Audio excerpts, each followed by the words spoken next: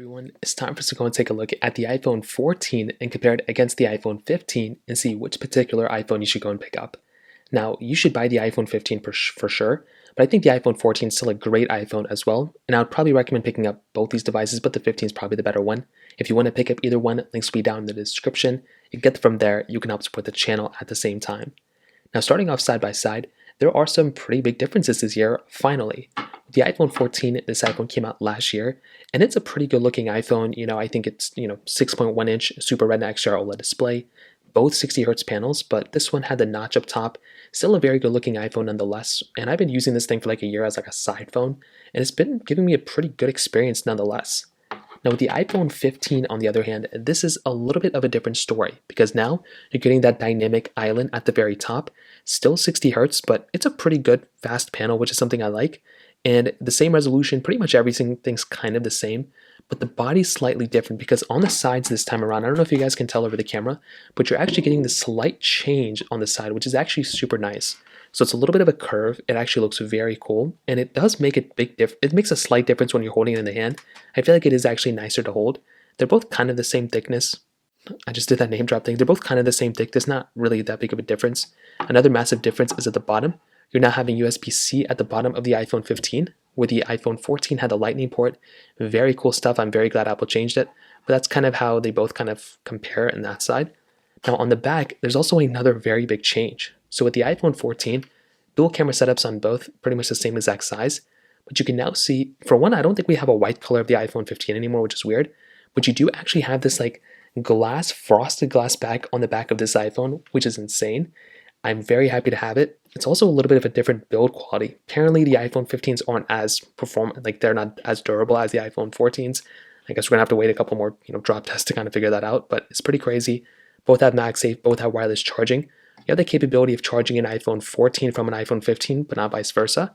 IP certification on both. Pretty much a lot of overlap as well. I would definitely say from the body standpoint, lots of changes this year. Internally, there's not really too many to be honest, but on the exterior, you're actually getting a large amounts of updates and changes, which is honestly very crazy this year. So that's one thing to keep in mind. Now, in terms of software and longevity, you are getting a big change, not a big change, but you're getting a change in chipset this year, going from the A15 to the A16. Chances are this particular iPhone is going to be a longer lasting iPhone than something like the iPhone 14. So keep that in mind. You are going to be getting a longer lasting phone from the iPhone 15 than from the iPhone 14. But this is a cheaper iPhone now, so that's kind of what's expected. But once again, that's just one of those things to keep in mind. Now let's go into a speed comparison between both these iPhones. The iPhone 14 has the Apple A15 bionic chip inside of it with 6 GB of RAM, where the iPhone 15 has that Apple A16 bionic chip inside of it with 6 GB of RAM as well. So let's go and see which one's a faster phone between both. There we go. The name drop thing was being very annoying. I just realized I had to turn off Bluetooth. 15 is here, 14 is here. Let's get into it. Phone calls 3, 2, 1. Okay, basically about the same thing. Music 3, 2, 1. Okay, some slight changes here, but we are on different panels. I don't know why they sometimes do that. App Store 3, 2, 1. Okay, 2 different panels as well, so we'll kind of come here, and let's just kind of scroll through here. Both have 60 Hz panels. I've said that so many times in this video. I don't think it's the biggest deal in the world, but it would be nice to kind of have like 90 Hz on these two. Let's drop in mail, 3, 2, 1. Okay, about the same thing. Camera, 3, 2, 1. Okay, as you can see, this is the first time I've opened up this camera. Let's go and take a photo. Let's open up both these photos. Basically the same thing. Hopping out of here. Photos, 3, 2, 1. Perfect. Let's go and hop out of these two. Let's get into some other ones. Let's go ahead and get into, we do have some of these third-party apps we can try. We can try Snake versus Blocks, 3, 2, 1. The iPhone 15 was faster there just by a little bit, but not big differences. Little glitch going on in the 14. In apps like this, you're probably not going to notice massive differences, but you will notice like small ones for sure. Thank you, 3, 2, 1. And I think the iPhone 15 was probably the faster one slightly there as well. 14 glitching up a little bit. I'm not really too sure why. Let's try Netflix, 3, 2, 1. And the iPhone 15 I think was the faster one just by a little bit. Stack, 3, 2, 1. I can't believe I did not download Subway Surfers on this. I'm really upset about that. Okay, that one kind of covered up this one as well. I think the 14 was much faster there. I have no idea what was going on there. Temple Run 2. Which I'm not really too sure where that's at. There we go. 3, 2, 1.